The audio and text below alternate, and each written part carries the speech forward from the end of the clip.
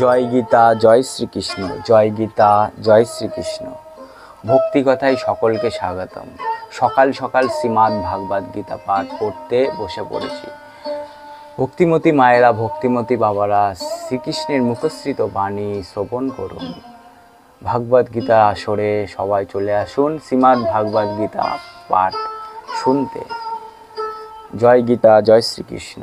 আমি সুজিত বিশ্বাস প্রত্যেকদিন সকালে শ্রীমদ্ ভাগবত গীতা পাঠ করি। হরে কৃষ্ণ, হরে কৃষ্ণ, হরে কৃষ্ণ।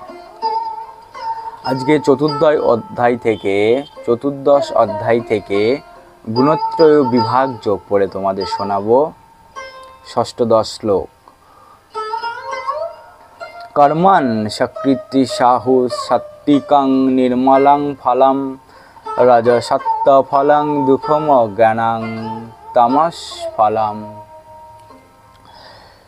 অনুবাদে বলছে, সকৃতি সম্পূর্ণ সাত্বিক কর্মের ফলকে নির্মল রাজসিক কর্মের ফলকে দুঃখময় এবং তামসিক কর্মের ফলকে অজ্ঞান বলা হয়। শতগুণের পুণ্য কর্ম করার ফল পবিত্র, তাই সব রকমের মোহ থেকে মুক্ত মুনি ঋষিরা সর্বদাই আনন্দময়। কিন্তু রাজসিক কর্ম কেবল ক্লেশদায়ক। জড় সুখের জন্য সে প্রচেষ্টাই করাই হোক না কেন, তা পরিণামে ব্যর্থ হবে। দৃষ্টান্ত স্বরূপ বলা যায়, যদি কেউ গগনচুম্বী অট্টালিকা তৈরি করতে চায়, তাহলে সেটি তৈরি করবার জন্য বহু মানুষকে বহু রকম ক্লেশ স্বীকার করতে হয়। বাড়িটি যে তৈরি করছে তাকে অনেক কষ্ট করে প্রচুর অর্থ জোগাড় করতে হয়। যাদের দিয়ে সে বাড়ির তৈরির কাজ করাচ্ছে তাদের কঠোর শারীরিক পরিশ্রম করতে হয়। সবটাই ক্লেশদায়ক। তাই ভগবদ্গীতায় বলা হয়েছে যে রজগুণের প্রভাবে যে কার্যই করা হোক না কেন, তাতে সুনিশ্চিতভাবে বিপুল দুঃখ জড়িয়ে রয়েছে। তাতে হয়তো তথাকথিত একটু মানসিক সুখ থাকতে পারে, এই বাড়িটি আমার অথবা এই ধনসম্পদ আমার, কিন্তু এটি যথার্থ সুখ নয়। তমগুণের দ্বারা প্রভাবিত হয়ে যে কর্ম করে সে অজ্ঞান, এবং তার সমস্ত কর্মের ফলস্বরূপ সে বর্তমানে দুঃখ ভোগ করে এবং ভবিষ্যতে পশু জন্ম প্রাপ্ত হয়। পশু জীবন সর্বদাই দুঃখময়, কিন্তু মায়ের দ্বারা মোহাচ্ছন্ন থাকার ফলে পশুরা সেটি বুঝতে পারে না।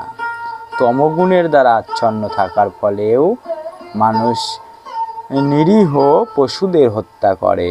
পশুঘাতক জানে না যে ভবিষ্যতে সেই পশুগুলি উপযুক্ত দেহপ্রাপ্ত হয়ে তাদের হত্যা করবে।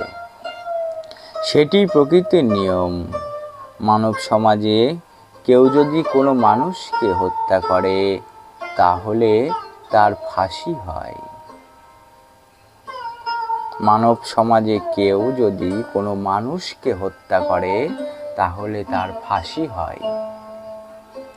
সেটি রাষ্ট্রের নিয়ম। অজ্ঞতার ফলে মানুষ বুঝতে পারে না যে পরমেশ্বরের দ্বারা নিয়ন্ত্রিত একটি পূর্ণ রাজ্য আছে। প্রতিটি প্রাণী পরমেশ্বর ভগবানের সন্তান, এবং একটি পিঁপড়ের হত্যা করা হলেও তিনি সেটি বরদাস্ত করেন না। প্রতিটি প্রাণী পরমেশ্বর ভগবানের সন্তান, এবং একটি পিঁপড়েকে হত্যা করা হলেও সেটি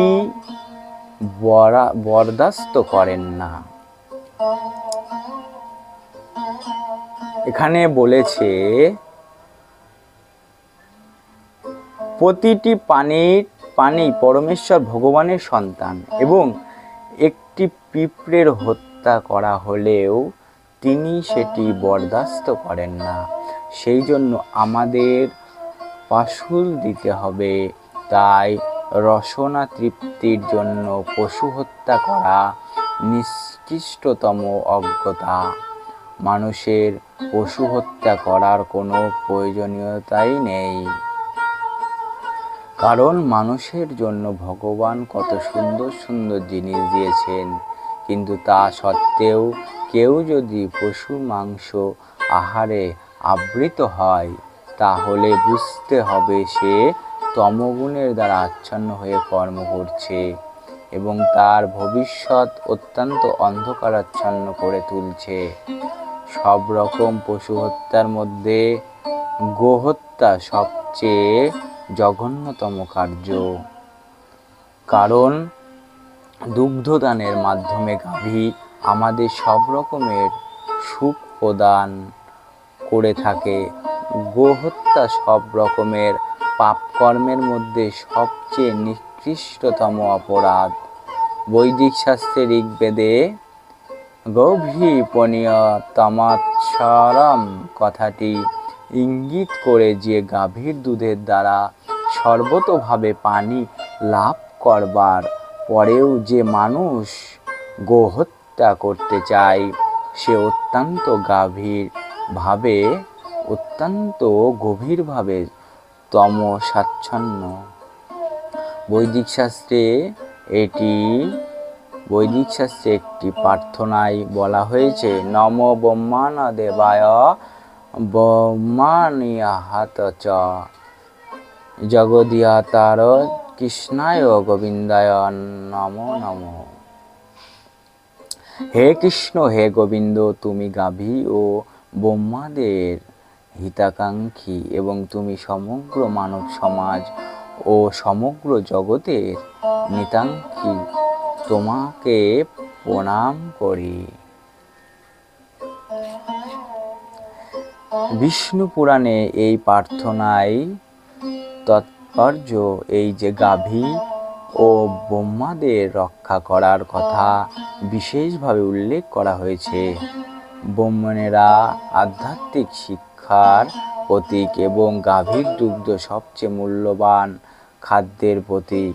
গাভী ও ব্রাহ্মণ এই দুই প্রকার প্রাণীদের সব রকম প্রতিরক্ষা বিধান করা উচিত।